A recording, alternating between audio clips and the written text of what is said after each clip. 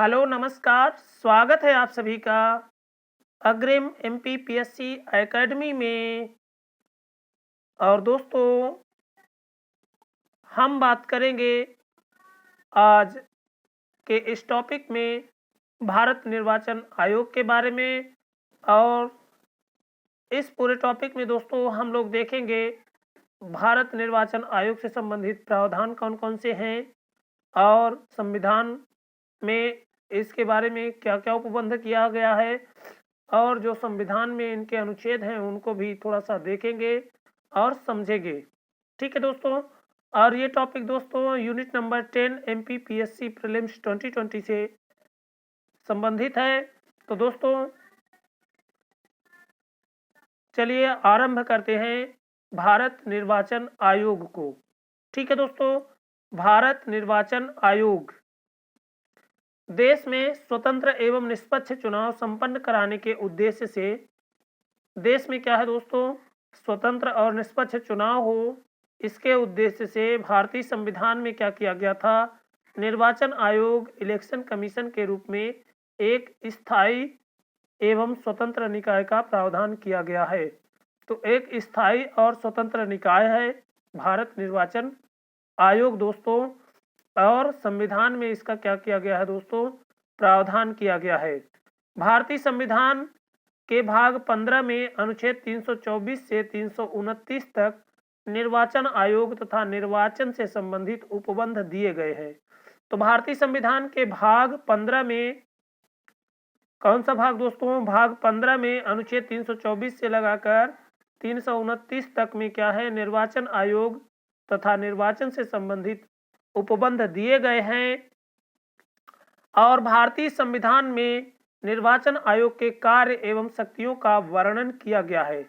और भारतीय संविधान में क्या किया गया है दोस्तों, निर्वाचन आयोग के जो कार्य हैं और शक्तियां हैं उसका भी वर्णन किया गया है। परंतु जन प्रतिनिधित्व अधिनियम 1951 के द्वारा निर्वाचन आयोग की शक्तियों को विस्तारित किया गया है, विस्तार प्रदान किया गया है। ठीक है दोस्तों, विस्तारित किया गया है। क्या किया गया है दोस्तों, विस्तारित किया गया है। तो इस स्लाइड में हम लोगों ने क्या पढ़ा दोस्तों, हम लोगों ने देखा कि देश में स्वतंत्र एवं निष्पक्ष चुनाव संपन्न कराने के उद्देश्य से भारतीय संविधान में निर्वाचन आयोग इलेक्शन कमीशन के रूप में एक स्थायी एवं स्वतंत्र निकाय का प्रावधान किया गया है। और भारतीय संविधान के भाग 15 में अनुच्छेद 324 से 329 तक निर्वाचन आयोग तथा निर्वाचन से संबंधित उपबंधों को दिया गया है। संविधान में भारतीय संविधान में निर्वाचन आयोग के कार्य एवं शक्तियों का वर्णन किया गया है। ठीक है दोस्तों, जो भारतीय संविधान है इसमें निर्वाचन आयोग के जो कार्य हैं और उनकी जो शक्तियां हैं उनका वर्णन किया गया है। लेकिन जन प्रतिनिधित्व अधिनियम 1951 और पीपुल्स रिप्रेजेंटेटिव एक्ट 1951 के द्वारा क्या किया गया दोस्तों, जो निर्वाचन आयोग है इसकी शक्तियों को विस्तारित किया गया है, इसकी शक्तियों को विस्तार दिया गया है। ठीक है दोस्तों, तो याद रखेंगे यदि इस तरह का क्वेश्चन बने कि किस अधिनियम के द्वारा निर्वाचन आयोग की शक्तियों को विस्तारित किया गया है, तो याद रखेंगे कि जन प्रतिनिधित्व अधिनियम 1951 के द्वारा क्या किया गया है, निर्वाचन आयोग की शक्तियों को विस्तारित किया गया है। एक बात और ध्यान में रखेंगे कि संविधान में क्या है, निर्वाचन आयोग के कार्य एवं शक्तियों का वर्णन किया गया है, ये भी आप लोगों को ध्यान में रखना है। ठीक है दोस्तों, आगे चलते हैं। चुनाव आयोग एक अखिल भारतीय संस्था है। चुनाव आयोग क्या है दोस्तों, एक अखिल भारतीय संस्था है, क्योंकि यह संसद तथा राज्य विधानमंडल दोनों के चुनावों के लिए समान रूप से उत्तरदायी है। तो क्या है दोस्तों, जो चुनाव आयोग है ये क्या है, एक अखिल भारतीय संस्था है। अखिल भारतीय संस्था मतलब दोस्तों पूरे देश में है ना, जो क्या करती है, संसद के भी चुनाव कराती है और राज्य विधानमंडल के भी चुनाव कराती है, और उन दोनों के चुनाव कराने का उत्तरदायित्व तो एक समान रूप से चुनाव आयोग के पास है। इसलिए चुनाव आयोग क्या हो गया दोस्तों, एक अखिल भारतीय संस्था हो गई, जो कि है ना केंद्र स्तर के संसद के चुनाव भी कराती है और राज्य स्तर में जो राज्य विधानमंडल के चुनाव है उन दोनों चुनावों का जो उत्तरदायित्व है वो समान रूप से चुनाव आयोग के ऊपर है। इसलिए दोस्तों चुनाव आयोग एक अखिल भारतीय संस्था है। परंतु राज्यों में होने वाले पंचायतों व निगम चुनावों से चुनाव आयोग का कोई संबंध नहीं है। लेकिन जो राज्यों में होने वाले पंचायत के चुनाव हैं, निगम नगर निगम के जो चुनाव हैं, उन चुनावों से चुनाव आयोग का कोई संबंध नहीं है। जो क्या है दोस्तों, भारत निर्वाचन आयोग है, इसका कोई संबंध नहीं है पंचायत चुनाव और निगम चुनावों से। इसके लिए भारत के संविधान में अलग से राज्य निर्वाचन आयोग स्टेट इलेक्शन कमीशन की व्यवस्था की गई है। तो याद रखेंगे, पंचायत और नगर निगम के चुनाव कराने के लिए अलग से राज्य निर्वाचन आयोग स्टेट इलेक्शन कमीशन की संविधान में ही व्यवस्था बनाई गई है। तो याद रखेंगे। आगे देख लेते हैं दोस्तों सार्वभौमिक वयस्क मताधिकार को। सार्वभौमिक वयस्क मताधिकार भारतीय संविधान का अनुच्छेद 326, संविधान का अनुच्छेद 326 भारत के प्रत्येक वर्ग के नागरिकों को, प्रत्येक वर्ग, यहाँ पे दोस्तों ध्यान में रखेंगे, प्रत्येक वर्ग के नागरिकों को चुनावों में वोट देने का अधिकार प्रदान करता है। तो जो संविधान का दोस्तों अनुच्छेद 326 है, ये क्या करता है, ये भारत के प्रत्येक वर्ग के नागरिकों को, चाहे वो जिस वर्ग से हो, जिस कास्ट से हो, सभी को क्या करता है, सभी नागरिकों को चुनाव में वोट देने का अधिकार प्रदान करता है। शर्त यह है कि वह नागरिक आपराधिक मामले में दोषी न ठहराया गया हो। वो नागरिक क्या हो दोस्तों, किसी जो है तो क्रिमिनल मामले में उसको दोषी न, दंड न दिया गया हो, दोषी न ठहराया गया हो, तथा वो मानसिक रूप से अस्वस्थ न हो और दिमागी रूप से वो क्या हो दोस्तों, अस्वस्थ न हो। वर्ष 1931 के कराची अधिवेशन में कांग्रेस ने राजनीतिक समानता की मांग की थी। जो कांग्रेस पार्टी थी दोस्तों, उसने 1931 के कराची अधिवेशन में राजनीतिक समानता की मांग की थी। वर्ष 1928 में डॉक्टर भीमराव अंबेडकर ने क्या किया था दोस्तों, डॉक्टर भीमराव अंबेडकर ने साइमन कमीशन के समक्ष सार्वभौमिक वयस्क मताधिकार को लागू करने की मांग की थी। तो यहाँ पे दोस्तों ध्यान रखेंगे, वर्ष 1931 में कराची अधिवेशन हुआ था, जिसमें कांग्रेस ने क्या किया था, राजनीतिक समानता की मांग की थी। कांग्रेस पार्टी द्वारा राजनीतिक समानता की मांग की गई थी। और वर्ष 1928 में डॉक्टर भीमराव अंबेडकर ने साइमन कमीशन के समक्ष सार्वभौमिक वयस्क मताधिकार को लागू करने की मांग की थी। तो सार्वभौमिक वयस्क मताधिकार को पहली बार लागू करने की मांग किसने की थी, तो याद रखेंगे डॉक्टर भीमराव अंबेडकर, जिन्हें आधुनिक मनु कहा जाता है, संविधान के निर्माता के रूप में उनको जाना जाता है। उन्होंने 1928 में सबसे पहले साइमन कमीशन के सामने सार्वभौमिक वयस्क मताधिकार को लागू करने की क्या की थी दोस्तों, मांग की थी। तो याद रखेंगे। आगे दोस्तों, डॉक्टर अंबेडकर के अनुसार चुनाव क्या है, समाज के सबसे पीड़ित वर्ग के हाथों में हथियार है। तो चुनाव क्या है दोस्तों, समाज का जो सबसे पीड़ित वर्ग है, जो हाशिए पर वर्ग है, वो क्या है दोस्तों, चुनाव के रूप में उसके पास एक हथियार होता है। तथा मताधिकार क्या करता है, उन नागरिकों को राजनीतिक कानूनी समानता प्रदान करता है। तो मताधिकार उनको क्या करता है, राजनीतिक और कानूनी दोनों तरह की समानताएं प्रदान करता है। ठीक है दोस्तों, तो इस तरह से हो गया ये वयस्क मताधिकार, सार्वभौमिक वयस्क मताधिकार। अब देख लेते हैं दोस्तों निर्वाचन आयोग की संरचना। निर्वाचन आयोग की संरचना कैसी है, तो निर्वाचन आयोग की संरचना, तो निर्वाचन आयोग 3 सदस्यीय संस्था है। निर्वाचन आयोग क्या है दोस्तों, निर्वाचन आयोग 3 सदस्यीय संस्था है। निर्वाचन आयोग क्या है, 3 सदस्यीय संस्था है। याद रखेंगे दोस्तों, निर्वाचन आयोग क्या है, 3 सदस्यीय 3 मेंबर्ड बॉडी है। इसमें एक मुख्य निर्वाचन आयुक्त तथा 2 अन्य आयुक्त होते हैं। तो क्या होता है, निर्वाचन आयोग में 3 सदस्य होते हैं। इनमें से एक क्या होता है, चीफ इलेक्शन कमिश्नर होता है, चीफ इलेक्शन कमिश्नर होता है, मुख्य निर्वाचन आयुक्त होता है, तथा 2 अन्य सदस्य आयुक्त होते हैं, 2 अन्य आयुक्त सदस्य होते हैं। तो 3 क्या होते हैं दोस्तों, 3 सदस्य होते हैं, जिसमें से एक क्या होता है चीफ इलेक्शन कमीशन, और क्या होता है 2 अदर कमिश्नर्स होते हैं। ठीक है दोस्तों, सभी सदस्यों की नियुक्ति राष्ट्रपति द्वारा की जाती है। तो इन सदस्यों की नियुक्ति कौन करता है, तो याद रखेंगे जो निर्वाचन आयोग के तीनों सदस्य हैं, इनकी नियुक्ति कौन करता है, राष्ट्रपति करता है। इनको अपॉइंटमेंट लेटर कौन जारी करता है, तो राष्ट्रपति जारी करता है। और दोस्तों थोड़ा सा यहाँ पे हम लोग समझेंगे कि चुनाव आयोग वर्ष 1950 से वर्ष 1989 तक एकल संस्था था। तो चुनाव आयोग दोस्तों वर्ष 1950 से लगाकर अपनी स्थापना, चुनाव आयोग की स्थापना दोस्तों याद रखेंगे 25 जनवरी, चुनाव आयोग की स्थापना 25 जनवरी 1950, 25 जनवरी 1950 को हुई थी और तब से लेकर के वर्ष 1989 तक ये एकल सदस्यीय संस्था था। तो चुनाव आयोग क्या था दोस्तों? एकल सदस्यीय संस्था था, सिंगल मेंबर्ड बॉडी था। लेकिन वर्ष 1989 में इस संस्था को 3 सदस्यीय बनाया गया। लेकिन वर्ष क्या है दोस्तों? वर्ष 1989 में इस संस्था को क्या किया गया?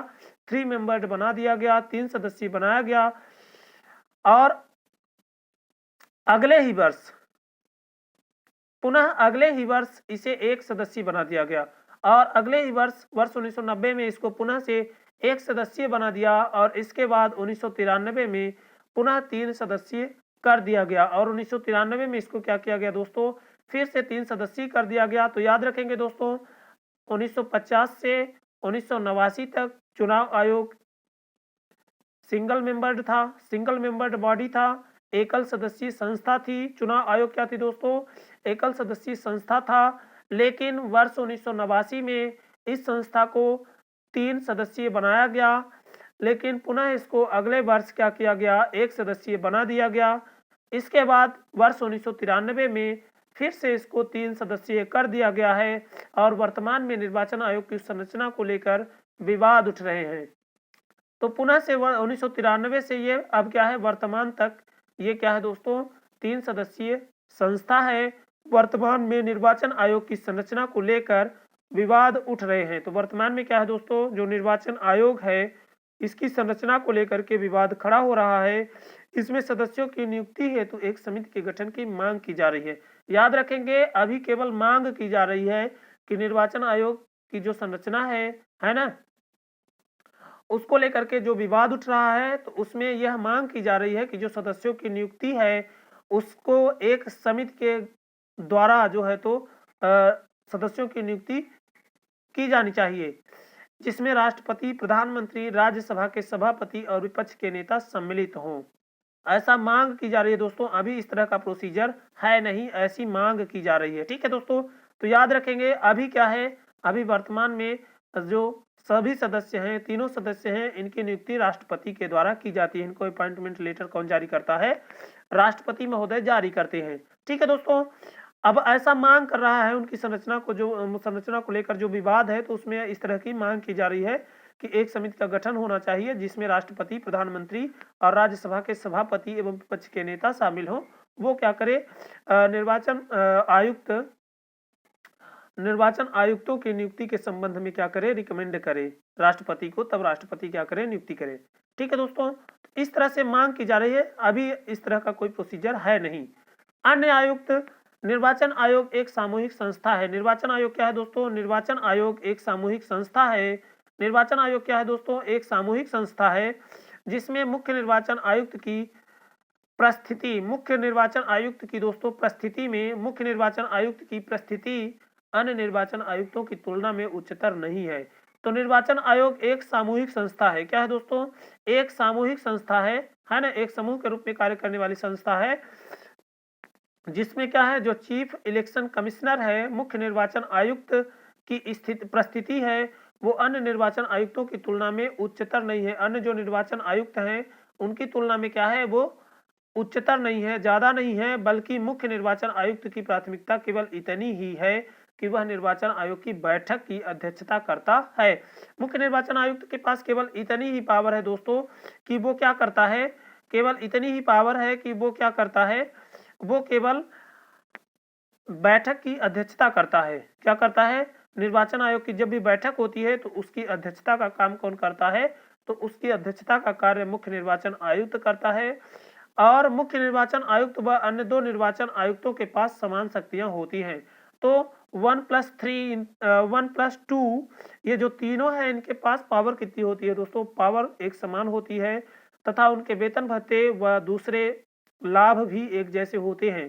तो जो मुख्य निर्वाचन आयुक्त है और जो अन्य 2 आयुक्त हैं उनके क्या हैं? शक्तियां समान हैं, उनके वेतन भत्ते और जो दूसरे लाभ हैं वो भी क्या हैं? एक जैसे हैं, होते हैं और ये क्या है? सर्वोच्च न्यायालय के न्यायाधीश के समान होते हैं। और ये जो वेतन भत्ता और लाभ इनको जो मिलता है दोस्तों वो क्या है, न्यायालय के न्यायाधीश के समान प्राप्त होता है। ऐसी स्थिति में जब मुख्य निर्वाचन आयुक्त व दो अन्य निर्वाचन आयुक्त के बीच किसी विषय पर मतभेद होता है, मान लो कि मुख्य निर्वाचन आयुक्त और अन्य दो निर्वाचन आयुक्तों के बीच किसी विषय को लेकर के मतभेद है, आपस में क्या है, मत नहीं मिल रहा है, तो इस स्थिति में क्या करता है, आयोग बहुमत के आधार पर निर्णय करता है। आयोग क्या करता है, बहुमत के आधार पर निर्णय करता है। तो तीनों में से जो जिस तरफ दो हो जाते हैं तो उनका क्या हो जाता है, उनकी बात को मान लिया जाता है। तो इस तरह से दोस्तों ये हो गया। आगे देख लेते हैं दोस्तों, आगे है निर्वाचन आयुक्तों का कार्यकाल। निर्वाचन आयुक्तों का कार्यकाल कितना होता है, ठीक है दोस्तों। तो निर्वाचन आयुक्त का कार्यकाल अधिकतम 6 वर्ष का होता है।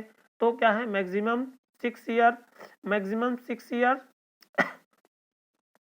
तथा वह 65 वर्ष की उम्र तक जो भी पहले है इस पद पर बने रह सकते हैं। तो निर्वाचन आयुक्त क्या है दोस्तों, निर्वाचन जो आयुक्त हैं उन सभी का कार्यकाल क्या है, 6 वर्ष या 65 वर्ष, 6 वर्ष या 65 वर्ष जो भी पहले हो तक वो पद पर बने रह सकते हैं, ठीक है दोस्तों।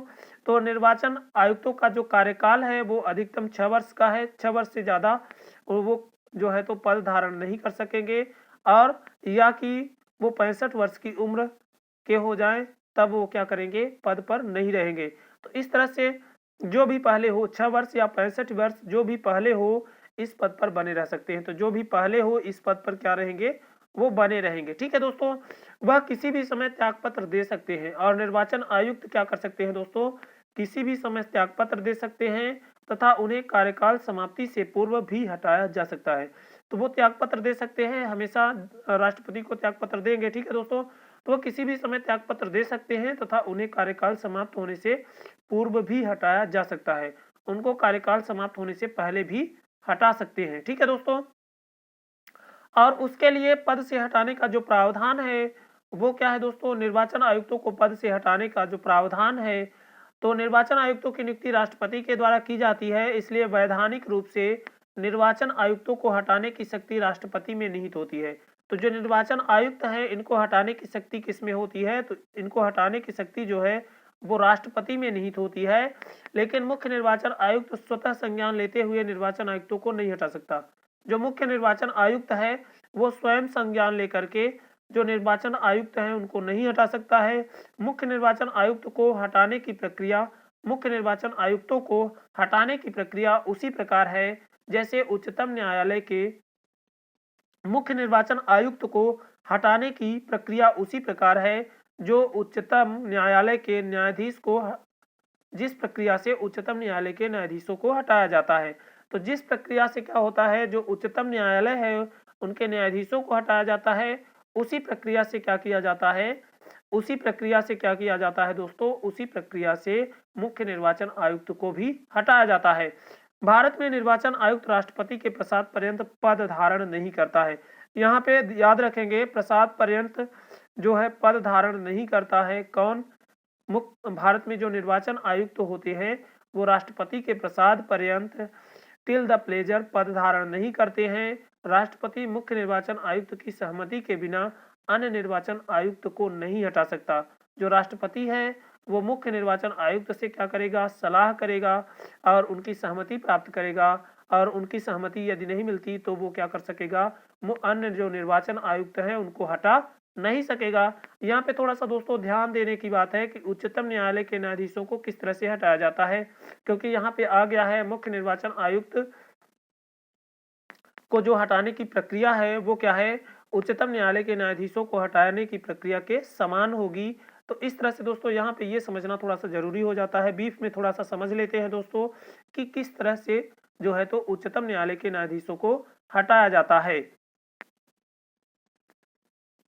तो न्यायाधीशों को हटाने की जो प्रोसेस है दोस्तों, उस प्रोसेस में क्या होता है, राष्ट्रपति महोदय क्या करते हैं, राष्ट्रपति महोदय के द्वारा ही हटाया जाता है, लेकिन उसके लिए क्या होता है, संसद के विशेष बहुमत की जरूरत पड़ती है। संसद के विशेष बहुमत द्वारा दोनों सदनों में अलग अलग प्रस्ताव पारित करके, है ना, उनको हटाया जा सकता है। लेकिन उसके लिए संविधान में सिद्ध कदाचार और अक्षमता के आधार पर राष्ट्रपति महोदय क्या कर सकते हैं, यदि सिद्ध कदाचार और अक्षमता इनमें से कोई भी यदि सिद्ध हो जाता है तो उस आधार पर राष्ट्रपति के द्वारा न्यायाधीशों को हटाया जा सकता है और वही प्रक्रिया यहाँ पर मुख्य निर्वाचन आयुक्त के लिए भी है। तो इसलिए सबसे पहले उसके लिए संसद ने क्या किया है, संसद ने एक न्यायाधीश जांच अधिनियम 1968 में एक न्यायाधीश जांच अधिनियम पारित किया है। और उस अधिनियम के तहत क्या होता है दोस्तों, यदि सबसे पहले क्या होगा, कोई सदन क्या करेगा, आरोप लगाएगा।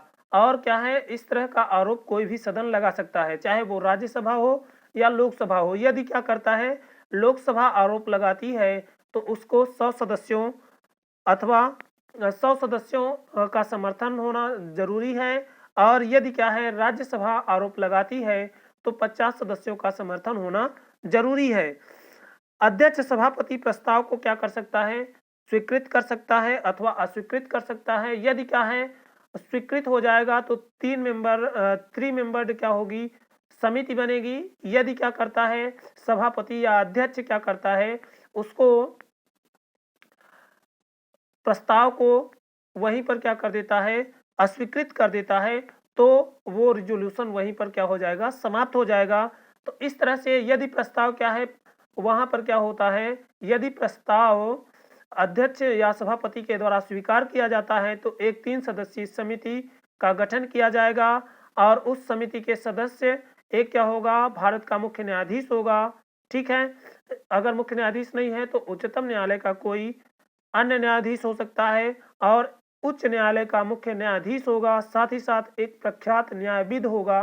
तो इन 3 मेंबरों की एक समिति बनेगी और वो समिति क्या करती है, वो जांच करती है। और न्यायाधीश यदि दोषी पाया जाता है, कदाचार या अक्षमता का दोषी पाया जाता है, तो सदन प्रस्ताव पर विचार कर सकता है। तो सदन क्या करेगा, उस प्रस्ताव पर क्या करेगा दोस्तों, विचार करेगा। और संसद के दोनों सदनों द्वारा विशेष बहुमत से प्रस्ताव पारित कर राष्ट्रपति के पास संस्तुति के लिए भेजा जाता है।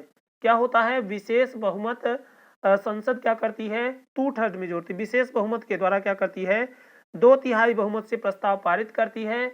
और वो क्या होता है, जब प्रस्ताव पारित हो जाता है तो उसको राष्ट्रपति के पास भेजा जाता है। तब राष्ट्रपति महोदय क्या करते हैं, तब जो है तो राष्ट्रपति महोदय निर्वाचन आयुक्तों या कि जो उच्चतम न्यायालय के न्यायाधीश हैं उनको हटाने के लिए क्या करते हैं, आदेश जारी करते हैं। तो इस तरह से ये हो गया हटाने की प्रोसेस।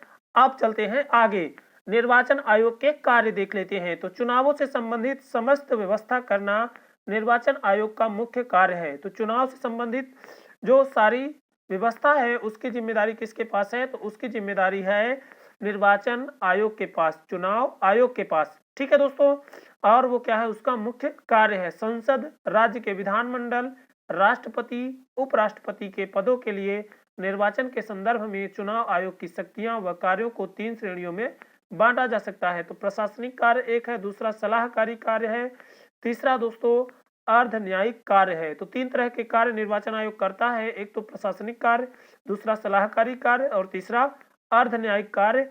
और ये किसके लिए करता है दोस्तों, संसद और राज्य विधानमंडल, राष्ट्रपति, उपराष्ट्रपति पद के लिए जो निर्वाचन होता है उस संदर्भ में 3 तरह के कार्य निर्वाचन आयोग के द्वारा किए जाते हैं। एक तो प्रशासनिक कार्य करता है, दूसरा सलाहकारी कार्य करता है, तीसरा अर्ध न्यायिक कार्य करता है। आगे देख लेते हैं दोस्तों। तो पहला कार्य इसका है चुनाव तिथियों का निर्धारण। निर्वाचन आयोग क्या क्या कार्य करता है, तो पहला कार्य है इसका, पहला कार्य क्या है, चुनाव तिथियों का निर्धारण। तो जो निर्वाचन आयोग है दोस्तों ये क्या करता है, संविधान के अनुच्छेद 324 के अनुसार, संविधान के अनुच्छेद 324 के अनुसार निर्वाचन आयोग को का चुनाव कराने संबंधी निर्णय करने का अधिकार संविधान के किसी अन्य अनुच्छेद से बंधा हुआ नहीं है। तो जो अनुच्छेद 324 है उसमें क्या बताया गया है कि जो निर्वाचन आयोग है तो वो क्या करता है, चुनाव कराने संबंधी जो निर्णय लेने का अधिकार है वो क्या है, संविधान के किसी अन्य अनुच्छेद से बंधा हुआ नहीं है। मतलब क्या है कि जो संविधान है उसमें बता दिया गया है कि निर्वाचन आयोग क्या करेगा, चुनाव कराने संबंधी निर्णय कर सकेगा। संविधान पीठ के अनुसार चुनाव कराना निर्वाचन आयोग का विशेषाधिकार है। और संविधान पीठ ने भी ये कहा है दोस्तों, संविधान पीठ ने भी ये कहा है कि चुनाव कराना निर्वाचन आयोग का क्या है, स्पेशल राइट है, विशेषाधिकार है। चुनाव कराना निर्वाचन आयोग का विशेषाधिकार है। निर्वाचन आयोग ही चुनाव की तिथियों का निर्धारण करने वाली सर्वोच्च संस्था है।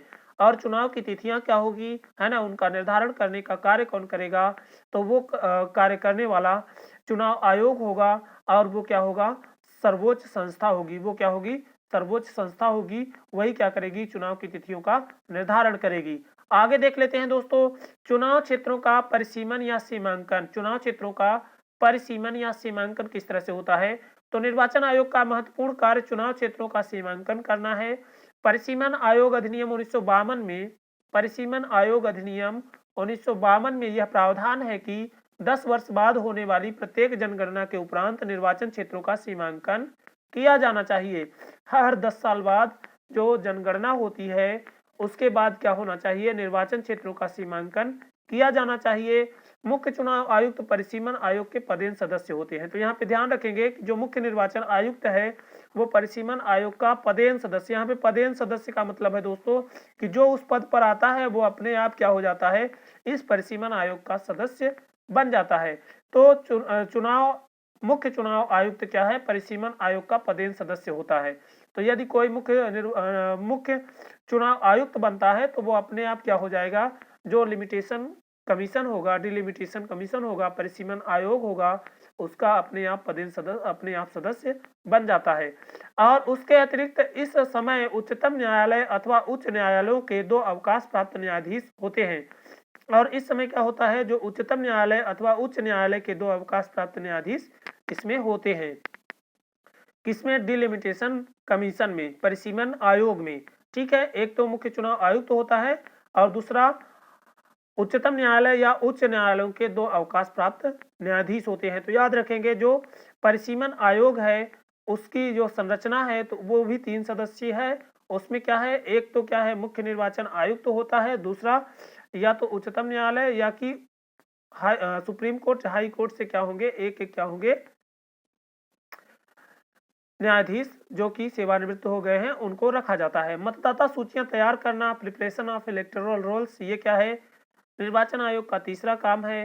निर्वाचन आयोग द्वारा लोकसभा, राज्यसभा एवं विधानसभा के प्रत्येक चुनाव या मध्यावधि चुनाव से पूर्व मतदाता सूचियां तैयार करवाई जाती हैं और इस कार्य के संपन्न होने पर ही चुनाव होता है। तो मतदाता सूचियां तैयार करना क्या है, निर्वाचन आयोग का कार्य है। और निर्वाचन आयोग क्या करता है, चाहे वो लोकसभा हो, राज्यसभा हो या विधानसभा हो, सभी चुनावों या कि बीच में मध्यावधि में कोई चुनाव होता है उससे पहले क्या होता है, मतदाता सूचियों को तैयार करवाता है। कौन, चुनाव आयोग तैयार करवाता है। और जब क्या होता है, मतदाता सूचियां तैयार हो जाती है तो उस कार्य के संपन्न होने के बाद ही क्या होता है, चुनाव होता है। मतदाता सूची तैयार करने का कार्य इस उद्देश्य से किया जाता है कि कोई भी ऐसा व्यक्ति मताधिकार से वंचित न रहे जो मताधिकार की योग्यता रखता है। कोई भी ऐसा व्यक्ति दोस्तों, कोई भी ऐसा व्यक्ति जो है तो मतदान से वंचित न रहे, मताधिकार से वंचित न रहे जो मताधिकार की योग्यता को रखता है। इसलिए हर चुनाव से पहले मतदाता सूचियों को तैयार कराया जाता है। आगे देख लेते हैं दोस्तों, राजनीतिक दलों का पंजीकरण। अगला कार्य क्या है दोस्तों, चुनाव आयोग का अगला कार्य है राजनीतिक दलों का पंजीकरण।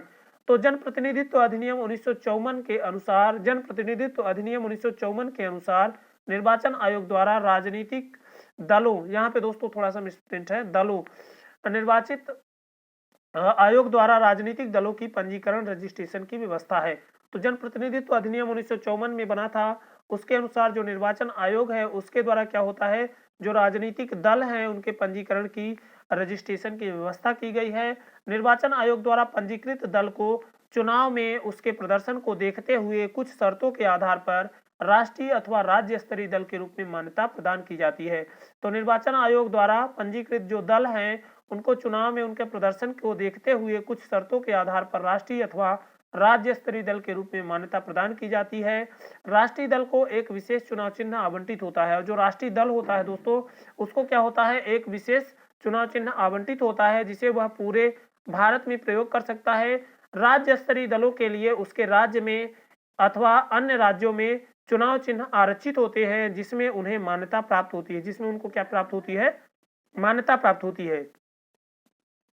तो राष्ट्रीय दल को एक विशेष चुनाव चिन्ह आवंटित होता है जिसे वह पूरे भारत में प्रयोग कर सकता है। राज्य स्तरीय दलों के लिए उनके राज्य में अथवा अन्य राज्यों में चुनाव चिन्ह आरक्षित होते हैं जिनमें उन्हें मान्यता प्राप्त होती है।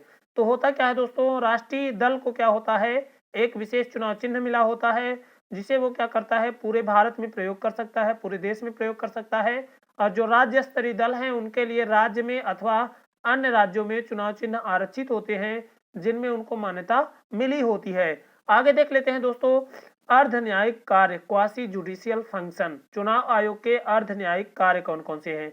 तो संविधान के द्वारा आयोग को कुछ अर्ध न्यायिक कार्य भी सौंपे गए हैं जिसमें निम्नलिखित 2 कार्य हैं। पहला तो अर्ध न्यायिक कार्यों में दोस्तों पहला कार्य है अनुच्छेद 103। अनुच्छेद 103 के अंतर्गत राष्ट्रपति क्या करता है, संसद के सदस्यों की अयोग्यताओं, संसद के सदस्यों की दोस्तों अयोग्यताओं के संबंध में निर्वाचन आयोग से परामर्श कर सकता है। निर्वाचन आयोग से क्या कर सकता है, परामर्श कर सकता है। और अनुच्छेद 192 के अंतर्गत राज्य विधानमंडल के सदस्यों के संबंध में जो परामर्श करने का अधिकार है वो राज्य के राज्यपाल को दिया गया है। तो राज्य के राज्यपाल को यह अधिकार दिया गया है कि जो राज्य विधानमंडल हैं उनके सदस्यों की अयोग्यता को निर्धारित करने के लिए वो क्या कर सकता है, अनुच्छेद 192 के तहत चुनाव आयोग से परामर्श कर सकता है। और अनुच्छेद 103 के अंतर्गत राष्ट्रपति संसद के सदस्यों की अयोग्यताओं के संबंध में निर्वाचन आयोग से परामर्श कर सकता है। तो इस तरह का परामर्शी क्या है, 103 में राष्ट्रपति परामर्श करेगा संसद के सदस्यों की अयोग्यता के संबंध में, और अनुच्छेद 192 के तहत राज्यपाल क्या करेगा, राज्य विधानमंडल के सदस्यों के संबंध में परामर्श कर सकेगा। किससे परामर्श कर सकेगा, चुनाव आयोग से। ठीक है दोस्तों, निर्वाचन आयोग से परामर्श कर सकेगा। आगे देख लेते हैं दोस्तों, अन्य कार्य अदर फंक्शंस कौन कौन से हैं। तो आयोग को उपर्युक्त कार्यों के अतिरिक्त कुछ अन्य कार्य भी सौंपे गए हैं जो इस प्रकार से हैं। तो आयोग को जो ऊपर का अभी हम लोगों ने जिन कार्यों को पढ़ा उन कार्यों के अतिरिक्त भी कुछ कार्य सौंपे गए हैं जो इस प्रकार से हैं। राजनीतिक दलों के लिए आचार संहिता कोड ऑफ कंडक्ट तैयार करना, राजनीतिक दलों के लिए आचार संहिता कोड ऑफ कंडक्ट तैयार करना, निर्वाचन के समय राजनीतिक दलों की नीतियों के प्रचार के लिए रेडियो टीवी कार्यक्रम की सूची बनाना। और जब निर्वाचन होता है उस टाइम पर राजनीतिक दलों की जो नीतियां हैं उन नीतियों के प्रचार के लिए, जो राजनीतिक दलों की नीतियां हैं वो जो प्रचार करते हैं उसके लिए रेडियो और टीवी कार्यक्रमों की सूची बना देना। और साथ ही साथ दोस्तों उम्मीदवारों द्वारा किए जाने वाले व्यय की राशि निश्चित करना, ये भी क्या है, निर्वाचन आयोग का कार्य है। उम्मीदवारों द्वारा किए जाने वाले व्यय की राशि निश्चित करना निर्वाचन आयोग का कार्य है। और मतदाताओं को राजनीतिक प्रशिक्षण देना भी क्या है दोस्तों, मतदाताओं को जो राजनीतिक प्रशिक्षण है वो देना भी चुनाव आयोग का क्या है, कार्य है। चुनाव याचिका आदि के संबंध में सरकार को आवश्यक परामर्श देना, चुनाव याचिका के संबंध में जो सरकार है उसको आवश्यक परामर्श देना। इन सब के अतिरिक्त आयोग से यह अपेक्षा की जाती है कि वह समय समय पर सरकार को अपने कार्यों के संबंध में सूचना देता रहेगा। तो क्या करेगा, सरकार को क्या करेगा, अपने जो कार्य है उसके संबंध में सूचना भी समय समय पर देता रहेगा और चुनाव प्रक्रिया में सुधार के लिए भी सुझाव देता रहेगा। तो चुनाव आयोग क्या करता है, सुझाव भी देता है और चुनाव प्रक्रिया के संबंध में जो सूचना होती है उसको भी सरकार को देता है। यह अधिसूचना वर्तमान लोकसभा की अवधि की समाप्ति या मध्य अवधि चुनाव होने की स्थिति में जारी की जाती है।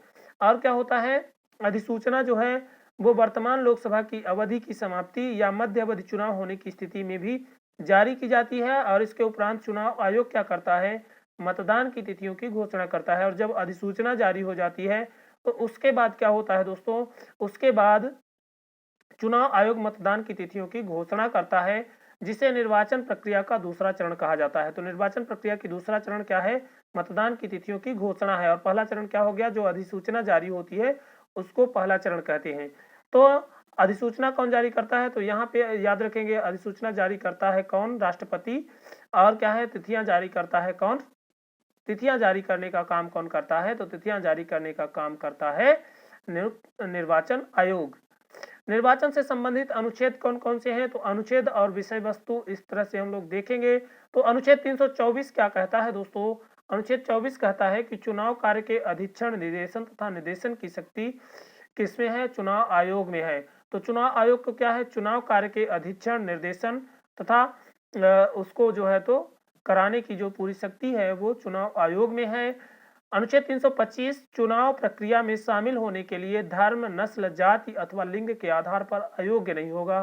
कोई भी व्यक्ति क्या होगा दोस्तों, चुनाव प्रक्रिया में शामिल होने के लिए धर्म, नस्ल, जाति अथवा लिंग के आधार पर अयोग्य नहीं होगा अथवा इन्हीं आधार पर शामिल होने का दावा नहीं कर सकेगा और इन्हीं आधारों पर शामिल होने के लिए दावा भी नहीं कर सकेगा। तो इस तरह से याद रखेंगे, जो चुनाव प्रक्रिया में शामिल होना है वो धर्म, नस्ल, जाति अथवा लिंग के आधार पर उसको अयोग्य नहीं किया जा सकेगा, किसी भी नागरिक को अयोग्य नहीं किया जाएगा अथवा यदि कोई नागरिक क्या करता है, इन्हीं आधारों पर चुनाव प्रक्रिया में शामिल होने का दावा भी नहीं कर सकता है। तो ऐसा अनुच्छेद 325 में लिखा है। आगे देख लेते हैं दोस्तों अनुच्छेद 326 में क्या है दोस्तों, लोकसभा अथवा विधानसभाओं के चुनाव वयस्क मताधिकार के आधार पर संपन्न होंगे। तो लोकसभा और विधानसभा के जो चुनाव है दोस्तों, ये क्या होंगे, वयस्क मताधिकार के आधार पर संपन्न होंगे, ऐसा अनुच्छेद 326 में लिखा है। अनुच्छेद 327 में दोस्तों विधायिका के चुनाव के संबंध में प्रावधान बनाने की संसद की शक्ति से संबंधित है। तो विधायिका के चुनाव के संबंध में प्रावधान बनाने की जो शक्ति है वो संसद के पास है। तो विधायिका का जो चुनाव है दोस्तों, उसके संबंध में यदि कोई प्रावधान बनाना है, अलग से नियम बनाना है, तो उसकी शक्ति किसको दी गई है, तो वो शक्ति संसद के पास है, ध्यान रखेंगे। यदि क्या है दोस्तों, चुनाव के संबंध में कोई नियम बनाना है, कोई कानून बनाना है, तो उस कानून को बनाने की शक्ति किसके पास है, संसद के पास है, याद रखेंगे। और अनुच्छेद 328 क्या कहता है दोस्तों, राज्य विधायिका, ये तो क्या है दोस्तों, केंद्र की विधायिका, केंद्र विधायिका के चुनाव के संबंध में जो प्रावधान बनाने की शक्ति है वो संसद के पास है और राज्य विधायिका को संबंधित राज्य के अंदर चुनाव के संबंध में प्रावधान बनाने की शक्ति राज्य विधानमंडल के पास है। राज्य विधायिका से संबंधित क्या है, राज्य विधायिका के पास राज्य के अंदर चुनाव के संबंध में प्रावधान बनाने की शक्ति है। अनुच्छेद 328 में ऐसा लिखा है। आगे दोस्तों अनुच्छेद 329 चुनाव संबंधी मामलों के न्यायालय के हस्तक्षेप पर रोक है। तो चुनाव संबंधी जो मामले हैं उसमें न्यायालय क्या करेगी, हस्तक्षेप नहीं करेगी, चुनाव संबंधी मामलों में न्यायालय हस्तक्षेप नहीं करेगी, ऐसा अनुच्छेद 329 में लिखा है। 329 ए दोस्तों प्रधानमंत्री तथा लोकसभा अध्यक्ष के चुनाव के संबंध में विशेष प्रावधान किया गया था पहले दोस्तों, लेकिन अब क्या कर दिया गया है, ये जो स्पेशल प्रोविजन था इसको निरस्त कर दिया गया है। चुनाव इसको क्या कर दिया गया दोस्तों, हटा दिया गया है। एक बात ध्यान रखेंगे दोस्तों, यदि किसी आर्टिकल को समाप्त करना है तब भी संविधान संशोधन करना है और यदि संविधान में क्या है करना पड़ता है, और यदि संविधान में दोस्तों किसी प्रकार का कोई भी आर्टिकल ऐड किया जाता है तब भी क्या होता है दोस्तों, संविधान संशोधन किया जाता है। आगे दोस्तों निर्वाचन प्रक्रिया का आरंभ राष्ट्रपति द्वारा जारी की गई अधिसूचना से होता है। और जो निर्वाचन प्रक्रिया है उसका आरंभ कैसे होता है, तो निर्वाचन प्रक्रिया का आरंभ राष्ट्रपति द्वारा जारी की गई अधिसूचना से होता है और यह अधिसूचना जनप्रतिनिधित्व अधिनियम 1951 की धारा 14 के अंतर्गत जारी की जाती है। तो राष्ट्रपति क्या है दोस्तों, राष्ट्रपति को जनप्रतिनिधित्व अधिनियम 1951 की धारा 14 के अंतर्गत जो चुनाव निर्वाचन प्रक्रिया का आरंभ है उसकी अधिसूचना जारी करने का अधिकार होता है। ठीक है दोस्तों, और ये राष्ट्रपति को ये शक्ति जनप्रतिनिधित्व अधिनियम 1951 की धारा 14 के तहत प्राप्त होती है। ठीक है दोस्तों, आगे देख लेते हैं निर्वाचन आयोग की नई भूमिका। वर्तमान में बदलती परिस्थितियों के परिदृश्य में चुनाव आयोग की भूमिका अत्यंत प्रभावी सिद्ध हुई है। वर्ष 1990 के बाद एक और विधायिका एवं कार्यपालिका का ह्रास हुआ तो दूसरी ओर चुनाव आयोग एवं न्यायपालिका की भूमिका में उत्तरोत्तर वृद्धि हुई। तो क्या है दोस्तों, वर्ष 1990 के बाद क्या हुआ, एक और तो विधायिका एवं कार्यपालिका को क्या हुआ दोस्तों, ह्रास हुआ। विधायिका और कार्यपालिका ठीक से काम नहीं कर पाई, उनकी जो है तो शक्तियों में कमी हुई, ह्रास हुआ। दूसरी ओर चुनाव आयोग और जो न्यायपालिका है उनकी भूमिका में उत्तरोत्तर वृद्धि हुई। वर्ष 1990 के बाद केंद्रीय स्तर पर अल्पमत और गठबंधन सरकारों का दौर आरंभ हुआ। तो वर्ष 1990 के बाद क्या हुआ दोस्तों, जो केंद्रीय स्तर था, सेंट्रल लेवल था, उस पर अल्पमत और गठबंधन सरकारों का दौर आरंभ हुआ और भारतीय राजनीति में वर्ष 1996 से 1999 के बीच मात्र 3 वर्षों में 3 लोकसभा चुनाव आयोजित हुए। इसलिए निर्वाचन आयोग की जो भूमिका है वो अधिक सशक्त हुई और अब यह 5 वर्षों में एक बार दिखने वाली संस्था नहीं रह गई। अब क्या है, किसी में किसी राज्य में हर समय क्या होता है, चुनाव होता रहता है। तो अब चुनाव आयोग की जो भूमिका है वो ज़्यादा मजबूत हो गई है। आगे देख लेते हैं दोस्तों, अब प्रतिवर्ष किसी न किसी राज्य में चुनाव होते रहते हैं, इसलिए निर्वाचन आयोग की भूमिका प्रभावी हुई है। इसलिए जो निर्वाचन आयोग है, उसकी जो भूमिका है, वो क्या हो गई है? प्रभावी हो गई है। चुनाव में धर्म एवं जाति के मुद्दे का बड़े स्तर पर प्रयोग होने लगा। चुनाव में धर्म और जाति के मुद्दों का जो बड़े स्तर पर प्रयोग होने लगा, ऐसी परिस्थिति में निष्पक्ष निर्वाचन आयोजित करना निर्वाचन आयोग के सामने एक बड़ी चुनौती है। आगे देख लेते हैं दोस्तों, आदर्श चुनाव आचार संहिता। आदर्श चुनाव संहिता मॉडल कोड ऑफ कंडक्ट क्या होता है? तो मूल उद्देश्य इसका क्या है? सरकार में रहने वाले मूल उद्देश्य इसका है, सरकार में रहने वाले सत्ताधारी दल को चुनाव के दौरान सरकार में रहने का कोई लाभ प्राप्त न हो। तो आदर्श जो आचार संहिता है, आदर्श चुनाव आचार संहिता जो है, मॉडल कोड ऑफ कंडक्ट जो है दोस्तों, इसका जो मूल उद्देश्य है वो यह है कि सरकार में जो रहने वाला सत्ताधारी दल है, तो उसको चुनाव के दौरान सरकार में रहने का कोई भी लाभ प्राप्त नहीं होना चाहिए। सभी लोगों को चुनाव में समान अवसर प्रदान करना, और जो सभी लोग हैं उनको चुनाव में कैसा एक बराबर अवसर मिलना चाहिए। चुनाव आचार संहिता का प्रयोग निर्वाचन आयोग ने वर्ष 1960 के दशक में ही आरंभ कर दिया था। तो वर्ष 1960 के दशक से ही चुनाव आचार संहिता का प्रयोग निर्वाचन आयोग के द्वारा प्रारंभ कर दिया गया था, परंतु इसका प्रभावी और महत्वपूर्ण उपयोग 1990 के बाद से देखा गया। लेकिन जो इसका क्या था, प्रभावी और महत्वपूर्ण उपयोग था, वो 1990 के बाद से देखा गया। याद रखेंगे। आगे दोस्तों, निर्वाचन आयोग ने सर्वप्रथम वर्ष 1971 में हुए 5वें आम चुनाव में राजनीतिक दलों के लिए आचार संहिता लागू की थी। तो राजनीतिक दलों से संबंधित जो आचार संहिता है वो क्या है दोस्तों? तो दलों से संबंधित जो आचार संहिता है वो क्या है? तो दलों से संबंधित आचार संहिता।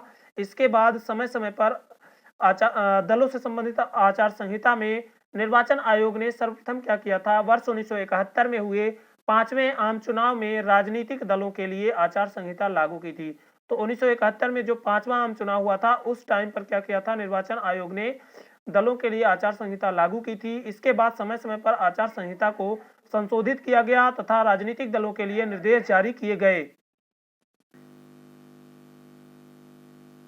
बाद में दोस्तों आचार संहिता को समय समय पर संशोधित किया गया तथा राजनीतिक दलों के लिए निर्देश जारी किए गए। इस आचार संहिता का उद्देश्य राजनीतिक दलों के लिए चुनाव में एक समान अवसर उपलब्ध कराना तथा प्रचार की व्यवस्थाओं को निष्पक्ष बनाए रखना है। नोट: राज्य स्तर पर वर्ष 1960 में केरल विधानसभा चुनावों से आदर्श आचार संहिता का प्रयोग प्रारंभ हो गया था। तो 1960 से ही केरल विधानसभा चुनावों में आदर्श आचार संहिता राज्य स्तर पर है ना प्रयोग प्रारंभ हो गया था। आगे देख लेते हैं दोस्तों, राजनीतिक दलों की आलोचना कार्यक्रम व नीतियों तक सीमित हो। राजनीतिक दलों की आलोचना कार्यक्रमों व नीतियों तक सीमित हो। व्यक्तिगत आलोचना प्रतिबंधित है। व्यक्तिगत आलोचना क्या है दोस्तों? प्रतिबंधित है। धार्मिक स्थानों का उपयोग चुनाव प्रचार के मंच के रूप में नहीं किया जाना है। और क्या है दोस्तों? जो धार्मिक स्थान है उनका उपयोग चुनाव प्रचार के मंच के रूप में नहीं किया जा सकेगा। मत पाने के लिए भ्रष्ट आचरण का उपयोग ना करें, जैसे रिश्वत देना, मतदाताओं को परेशान करना इत्यादि। इस तरह के आचरण नहीं किए जाएंगे। राजनीतिक दल ऐसी कोई भी अपील नहीं करेंगे जिससे किसी की धार्मिक या जातीय भावनाएं आहत होती हो। दल या प्रत्याशी पहले ही यह सुनिश्चित कर ले कि चुनाव प्रचार हेतु जो स्थान उन्होंने चुना है, चुनाव प्रचार के लिए जिस स्थान को उन्होंने चुना है वहाँ निषेधाज्ञा तो लागू नहीं है, वहाँ 144 जैसी धाराएं तो नहीं लागू हैं। ये पहले ही उनको सुनिश्चित कर लेना है। आगे दोस्तों, सत्तारूढ़ दल से संबंधित आचार संहिता लागू होने के पश्चात सत्तारूढ़ सरकार या प्राधिकारी किसी वित्तीय सहायता, सड़क निर्माण तथा नई नियुक्तियों की घोषणा नहीं कर सकते, क्योंकि यह कार्य मतदाताओं को प्रभावित कर सकते हैं। सत्तारूढ़ दलों पर चुनावी आचार संहिता का उल्लंघन करने के आरोप लगते रहे हैं।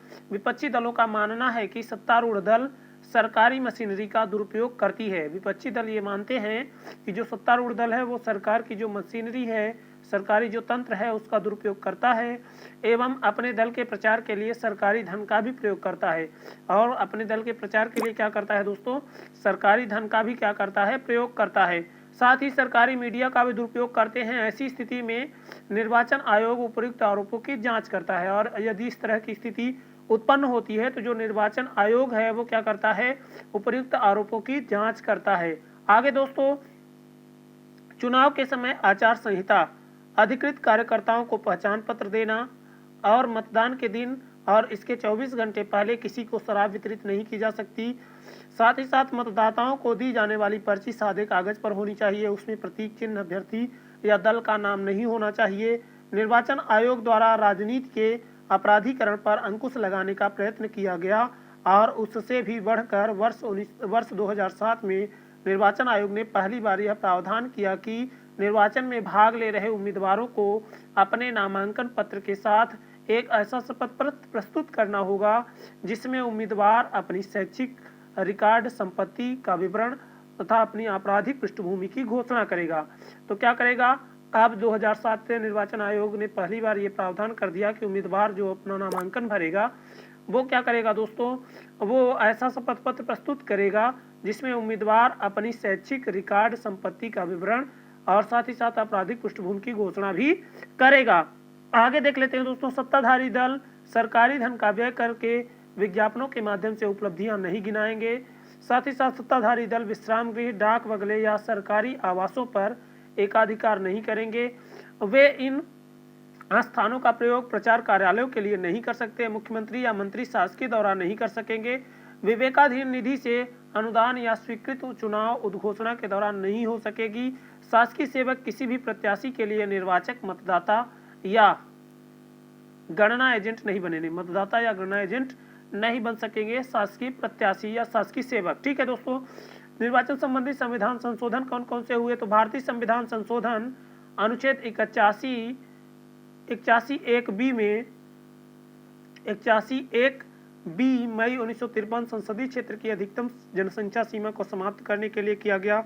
8वां संविधान संशोधन अनुच्छेद 334 में जनवरी 1960 को क्या किया गया, अनुसूचित जाति और जनजाति व एंग्लो इंडियन के आरक्षण की समय सीमा को बढ़ाया गया। 11वां संविधान संशोधन अनुच्छेद 66 एवं 71 में क्या किया गया, दिसंबर 1961 से राष्ट्रपति चुनाव में संयुक्त संसदीय अधिवेशन की जगह चुनाव शब्द का प्रयोग, चुनाव शब्द क्या किया गया, स्थापित कराया गया। आगे दोस्तों, 45वां संविधान संशोधन अनुच्छेद 334 जनवरी 1980 में अनुसूचित जाति, जनजाति एवं एंग्लो इंडियन के आरक्षण की समय सीमा को पुनः बढ़ाया गया। आगे दोस्तों, यहाँ पे दोस्तों थोड़ा सा ध्यान में देंगे, 52वां संविधान संशोधन अनुच्छेद 101, 102, 190 एवं 195 अनुसूची 10 में क्या किया गया दोस्तों, बदलाव किया गया। मार्च 1985 में बदलाव किया गया और इसी को दल बदल कानून के नाम से भी जाना जाता है। 61वां संविधान संशोधन मार्च 1989, 61वां संविधान संशोधन मार्च 1989 मतदान की आयु 21 वर्ष से घटा करके 18 वर्ष की गई। 62वां संविधान संशोधन अनुच्छेद 334 दिसंबर 1989 अनुसूचित जाति, जनजाति व एंग्लो इंडियन के आरक्षण की समय सीमा को बढ़ाना। 95वां संविधान संशोधन अनुच्छेद 334 जनवरी 2010 अनुसूचित जाति, जनजाति के आरक्षण को 60 से 70 वर्षों तक बढ़ाना। आगे दोस्तों, भारत के प्रथम मुख्य निर्वाचन आयुक्त सुकुमार सेन थे, जो 1950 से 1958 तक रहे। वर्तमान में भारत के मुख्य निर्वाचन आयुक्त सुनील अरोड़ा हैं। देश की प्रथम महिला मुख्य चुनाव आयुक्त वीएस रमा देवी थी। देश के प्रथम मुस्लिम मुख्य चुनाव आयुक्त डॉक्टर शहाबुद्दीन याकूब कुरैशी थे। संविधान के अनुच्छेद 326 में संशोधन कर मतदान की आयु 18 वर्ष कर दी गई है। तो संविधान के किस अनुच्छेद में संशोधन किया गया है, अनुच्छेद 326 में संशोधन किया गया है, याद रखेंगे। आगे देख लेते हैं दोस्तों, निर्वाचन विधि संशोधन अधिनियम 2016 मार्च 2016 को राष्ट्रपति की सहमति के बाद निर्वाचन विधि संशोधन अधिनियम 2016 लागू हुआ। इस संशोधन में क्या हुआ दोस्तों, भारत और बांग्लादेश के बीच बस्तियों की जो अदला बदली की गई थी, उसके बाद जो भारतीय नागरिक बने थे उनको पश्चिम बंगाल विधानसभा में और जो है तो वहाँ क्या किया गया था, बांग्लादेश वालों को नागरिक बना दिया गया था। ठीक है दोस्तों, तो इस तरह से वहाँ पे क्या किया, जो बांग्लादेश की जो बस्तियाँ थी पश्चिम बंगाल में, तो उनको क्या किया गया था दोस्तों, वहाँ का नागरिक बनाया गया था और उनको मतदान देने का अधिकार दिया गया था। ठीक है दोस्तों, तो इस तरह से दोस्तों ये हमारा टॉपिक यहीं पर समाप्त होता है। अगले टॉपिक में हम लोग दोस्तों बात करेंगे राज्य निर्वाचन आयोग के बारे में। तो आज दोस्तों यहीं तक रखते हैं। और दोस्तों यदि आप लोगों को सेशन अच्छा लगा हो तो वीडियो को लाइक, शेयर और चैनल को सब्सक्राइब करना ना भूलें। जय हिंद दोस्तों, भारत माता की जय।